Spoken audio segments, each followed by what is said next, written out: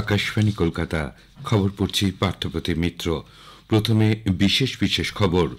প্রধানমন্ত্রী নরেন্দ্র মোদী আজ মালদ্বীপের রাষ্ট্রপতি ড মোহাম্মদ মঈজুর সঙ্গে দ্বিপাক্ষিক, আঞ্চলিক এবং আন্তর্জাতিক বিভিন্ন বিষয়ে আলোচনায় মিলিত হবেন। কেন্দ্রীয় স্বরাষ্ট্রমন্ত্রী অমিত শাহ বাম চরমপন্থা প্রভাবিত রাজ্যগুলিতে নিরাপত্তা ও উন্নয়ন পর্যালোচনা করতে আজ একটি বৈঠকে সভাপতিত্ব করবেন। হরিয়ানা ও জম্মু কাশ্মীর বিধানসভা নির্বাচনে ভোট গণনা হবে আগামীকাল। ভারতীয় রিজার্ভ ব্যাংকের মুদ্রা ঋণ নীতি কমিটি এমপিসি 3 দিনের বৈঠক আজ শুরু হচ্ছে। ইসরায়েলের হামাসের আক্রমণের 1 বছর পূর্তিতে ইসরায়েল জুড়ে সতর্কতা জারি করা হয়েছে। গোয়ালিয়রের প্রথম টি-20 ক্রিকেট ম্যাচে গতকাল ভারত বাংলাদেশকে 7 উইকেটে হারিয়ে দিয়েছে। অপরদিকে দুবাইতে মহিলাদের টি-20 বিশ্বকাপে ভারত 6 উইকেটে পাকিস্তানকে পরাজিত করেছে। আসছি বিস্তারিত খবরে। প্রধানমন্ত্রী নরেন্দ্র মোদী আজ নতুন দিল্লিতে মালদ্বীপের রাষ্ট্রপতি ড মোহাম্মদ মঈজুর সঙ্গে দ্বিপাক্ষিক, আঞ্চলিক তথা আন্তর্জাতিক স্বার্থ সংশ্লিষ্ট নানা বিষয় নিয়ে আলোচনা করবেন। বৈঠকের পর দুই দেশের মধ্যে বেশ কয়েকটি চুক্তিও স্বাক্ষরিত হওয়ার কথা রয়েছে। বৈঠকের আগে মালদ্বীপের রাষ্ট্রপতিকে রাষ্ট্রপতি ভবনে আনুষ্ঠানিক অভ্যর্থনা জানানো হবে। তিনি রাজঘাটে গিয়ে জাতির জনক মহাত্মা গান্ধীর প্রতি শ্রদ্ধাও নিবেদন করবেন। শ্রী মঈজুর রাষ্ট্রপতি দ্রৌপদী মুর্মু এবং উপরাষ্ট্রপতি জগদীপ ধনখড়ের সঙ্গেও সাক্ষাৎ করবেন। ড মঈজু আগামীকাল আগ্রা ও মুম্বাই এবং বুধবার বেঙ্গালুরু সফর করবেন। ড মঈজু 5 দিনের ভারত সফরে গতকাল নতুন দিল্লি পৌঁছান। ভারত মহাসাগর অঞ্চলে মালদ্বীপ ভারতের প্রধান সামুদ্রিক প্রতিবেশী এবং প্রধানমন্ত্রী সাগর দর্শন ও ভারতের প্রতিবেশী প্রথম নীতিতে মালদ্বীপের বিশেষ স্থান রয়েছে। গত সন্ধ্যায় বিদেশমন্ত্রী ড এস জয়শঙ্কর ড মঈজুর সঙ্গে সাক্ষাৎ করেন এবং ভারত মালদ্বীপ সম্পর্ক বৃদ্ধিতে তার অঙ্গীকারের প্রশংসা করেন। ড জয়শঙ্কর আরও বলেন, আজকের মালদ্বীপের রাষ্ট্রপতি ও প্রধানমন্ত্রী নরেন্দ্র মোদীর মধ্যে বৈঠক দুদেশের মধ্যে মৈত্রী সম্পর্ককে আরও জোরদার করবে। কেন্দ্রীয় স্বরাষ্ট্রমন্ত্রী অমিত শাহ বাম চরমপন্থা প্রভাবিত রাজ্যগুলির নিরাপত্তা ও উন্নয়নের পর্যালোচনা করতে আজ একটি বৈঠকে সভাপতিত্ব করবেন।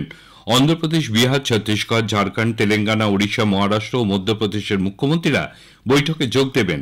স্বরাষ্ট্র মন্ত্রক এক বিবৃতিতে জানিয়েছে, সংশ্লিষ্ট রাজ্যগুলির উন্নয়ন সহায়তা প্রদানের সঙ্গে যুক্ত মন্ত্রকগুলির 5 জন কেন্দ্রীয় মন্ত্রীও বৈঠকে যোগ দেবেন। স্বরাষ্ট্র মন্ত্রক এক বার্তায় জানায়, কেন্দ্রীয় সরকার 2026 সালের মার্চ মাসের মধ্যে দেশ থেকে বাম চরমপন্থীদের উৎখাত করতে বদ্ধপরিকর। এর জন্য বাম চরমপন্থা প্রভাবিত রাজ্যগুলিকে কেন্দ্র সব রকম সাহায্য করবে। প্রধানমন্ত্রী নরেন্দ্র মোদীর নেতৃত্বাধীন সরকারের পরিকল্পনা অনুযায়ী দেশে বাম চরমপন্থীদের কার্যকলাপ 72% হ্রাস পেয়েছে বলে বিবৃতিতে জানানো হয়েছে। ভারতের বিদেশমন্ত্রী ড এস জয়শঙ্কর বলেছেন, 4 দেশের কোয়াড গোষ্ঠী প্রাতিষ্ঠানিক সহযোগিতার পুরনো ধারণা বদলে দিয়েছে। গতকাল নতুন দিল্লিতে কৌটিল্য অর্থনৈতিক সম্মেলনে তিনি বলেন, কোয়াড গোষ্ঠী একটি চুক্তিভিত্তিক সংগঠন না হলেও ভারত প্রশান্ত মহাসাগরীয় অঞ্চলে অত্যন্ত গুরুত্বপূর্ণ এক জোট হয়ে উঠেছে। তিনি বলেন, ভারত বিশ্বের সমস্ত গুরুত্বপূর্ণ রাষ্ট্রের সঙ্গে যোগাযোগ রক্ষা করে চলেছে এবং বর্তমান বিশ্ব পরিস্থিতিতে দায়িত্বশীল এক রাষ্ট্র হিসেবে উঠে এসেছে। তিনি বলেন, বর্তমানে ভারতের মতন সমস্যা বিশ্বের অন্যান্য কয়েকটি দেশেও রয়েছে।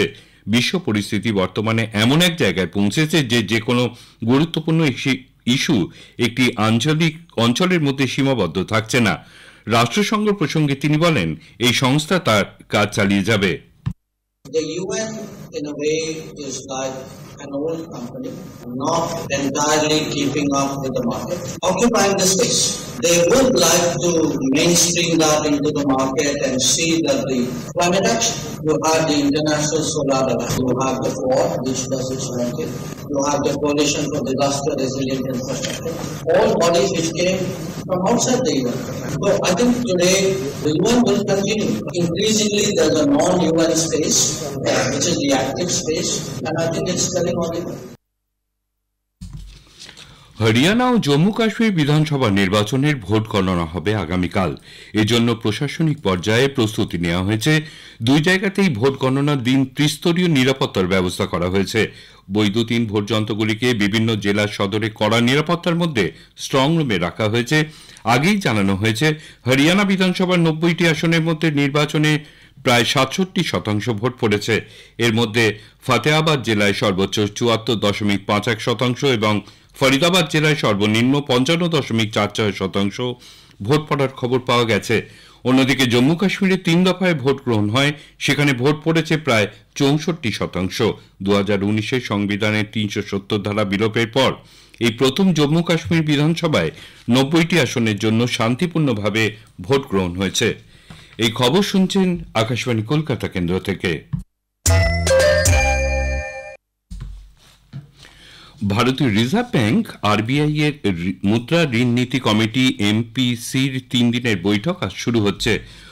মূল সুদের হার এর ক্ষেত্রে স্থিতাবস্থা বজায় থাকবে বলে মনে করা হচ্ছে, তবে খাদ্যপণ্যের মূল্য বৃদ্ধি এবং অর্থনৈতিক বৃদ্ধির মতন কয়েকটি বিষয় আলোচনায় উঠে আসবে বলেও মনে করা হচ্ছে। সরকার কেন্দ্রীয় ব্যাংকে উপভোক্তা মূল্যসূচক সিপিআই ভিত্তিক খুচরো মুদ্রাস্ফীতি 4% সহনশীল মাত্রায় রাখার বিষয়টি নিশ্চিত করার দায়িত্ব দিয়েছে। এই মাসের গোড়াতে এমপিসি পুনর্গঠন করা হয়। এতে যোগ দেন 3 জন নতুন সদস্য। এমপিসি চেয়ারম্যান এবং আরবিআই গভর্নর শক্তিকান্ত দাস আগামী বুধবার 3 দিনের আলোচনার ফলাফল প্রকাশ করবেন। ইসরায়েলের ওপর হামাসের ভয়ঙ্কর হামলার বর্ষপূর্তিতে গোটা ইসরায়েল জুড়ে সতর্কতা জারি করা হয়েছে। ইসরায়েলের নিরাপত্তা বাহিনী জানিয়েছে, গাজা থেকে আজ দূরপাল্লার ক্ষেপণাস্ত্র হামলার সম্ভাবনা রয়েছে। সে কারণে গাজার কাছাকাছি অতিরিক্ত সেনাবাহিনীও মোতায়েন করা হয়েছে। ইতিমধ্যেই এক বন্দুকবাজ ইসরায়েলের বেরশেবা বাস স্টেশনে আক্রমণ চালায়। এক মহিলার মৃত্যু হয়েছে, আহত আরও 10। পুলিশের পক্ষ থেকে এটিকে জঙ্গি হামলা বলা হয়েছে। আক্রমণকারী বেদুইন সম্প্রদায়ের সেনাবাহিনী তাকে ঘটনাস্থলেই হত্যা করে।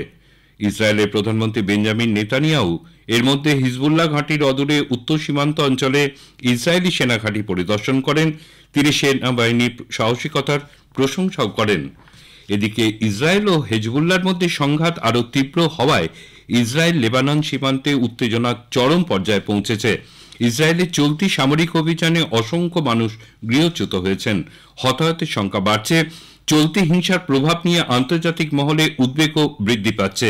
ইসরায়েলি প্রতিরক্ষা বাহিনীর মুখপাত্র জানিয়েছে, তাদের 36 এবং 98তম ডিভিশন স্থলভাগে তুমুল আক্রমণ চালাচ্ছে। হিজবুল্লাহদের পরিকাঠামো ধ্বংসের উপরেই মূলত জোর দেয়া হচ্ছে। শ্রীলঙ্কায় 2019-এর ইস্টার রবিবারে আক্রমণের ঘটনার তদন্ত দ্রুততার সঙ্গে করার ঘোষণা করা হয়েছে। সে দেশের রাষ্ট্রপতি অনুরা কুমারা দিশানায়েকে গতকাল দ্বীপরাষ্ট্রের নেগোম্বোতে ওই দিনের ঘটনায় নিহতদের পরিবারের সঙ্গে তিনি সাক্ষাৎ করেন। তিনি সেখানে একটি গির্জায় গিয়ে নিহতদের স্মারককে শ্রদ্ধাও নিবেদন করেন। উল্লেখ্য, 2019-এর 21 এপ্রিল ইস্টার রবিবারে খ্রিস্ট ধর্মাবলম্বীদের উপর হামলায় 274 জন নিহত এবং আরও বহু মানুষ আহত হন। তীব্র সামুদ্রিক ঘূর্ণিঝড় হেলেনের ভয়ঙ্কর প্রকোপে মার্কিন যুক্তরাষ্ট্রে আইভি ফ্লুইড যোগানের সংকট দেখা দিয়েছে। বিভিন্ন হাসপাতালে আইভি ফ্লুইডের অন্যতম যোগানদার নর্থ ক্যারোলিনার ব্যাক্সটার ইন্টারন্যাশনাল প্লান্ট বন্যার জন্য বেশ কয়েকদিন বন্ধ রয়েছে। অসমের মুখ্যমন্ত্রী হিমন্ত বিশ্ব শর্মা ওই রাজ্যে শিশু বিবাহ বন্ধের লক্ষ্যে নিযুত ময়না কর্মসূচির উদ্বোধন করেছেন। অসমের 10 লক্ষ ছাত্রীকে এই কর্মসূচির আওতায় নিয়ে আসা হবে। এর জন্য প্রথম বছরে 1500 কোটি টাকা বরাদ্দ করা হয়েছে। এই কর্মসূচিতে 1,60,000 ছাত্রীকে 240 কোটি টাকা আর্থিক সহায়তা দেওয়া হবে। গোয়ালিয়রের প্রথম টি-20 ক্রিকেট ম্যাচে গতকাল ভারত বাংলাদেশকে 7 উইকেটে হারিয়ে 3 ম্যাচে সিরিজে 1-0 এগিয়ে গেছে। ভারত টসে জিতে বাংলাদেশকে প্রথমে ব্যাট করতে পাঠায়। ব্যাট করে বাংলাদেশ 19 ওভার 5 বলে 127 রানে অল আউট হয়ে যায়। জবাবে ব্যাট করতে নেমে ভারত 11 ওভার 5 বলে 3 উইকেট হারিয়ে লক্ষ্যে পৌঁছে যায়। সিরিজের দ্বিতীয় ম্যাচ দিল্লির অরুণ জেটলি স্টেডিয়ামে আগামী বুধবার অনুষ্ঠিত হবে। এদিকে মহিলাদের টি-20 বিশ্বকাপ ক্রিকেটে গতকাল দুবাইয়ে ভারত 6 উইকেটে পাকিস্তানকে পরাজিত করেছে। জয়ের জন্য 106 রানের লক্ষ্যমাত্রা তাড়া করে ভারত 18 ওভার 5 বলে 4 উইকেট হারিয়ে 108 রান তোলে। শেষ করার আগে খবরের বিশেষ অংশ আরেকবার। প্রধানমন্ত্রী নরেন্দ্র মোদী আজ মালদ্বীপের রাষ্ট্রপতি ডক্টর মোহাম্মদ মইজুর সঙ্গে দ্বিপাক্ষিক, আঞ্চলিক এবং আন্তর্জাতিক বিভিন্ন বিষয়ে আলোচনায় মিলিত হবেন। কেন্দ্রীয় স্বরাষ্ট্রমন্ত্রী অমিত শাহ বাম চরমপন্থা প্রভাবিত রাজ্যগুলিতে নিরাপত্তা ও উন্নয়ন পর্যালোচনা করতে আজ একটি বৈঠকে সভাপতিত্ব করবেন। হরিয়ানা ও জম্মু কাশ্মীর বিধানসভা নির্বাচনের ভোট গণনা হবে আগামীকাল। ভারতীয় রিজার্ভ ব্যাংকের মুদ্রা ঋণ নীতি কমিটি এমপিসি 3 দিনের বৈঠক আজ শুরু হচ্ছে। খবর এখনকার মতো শেষ হলো।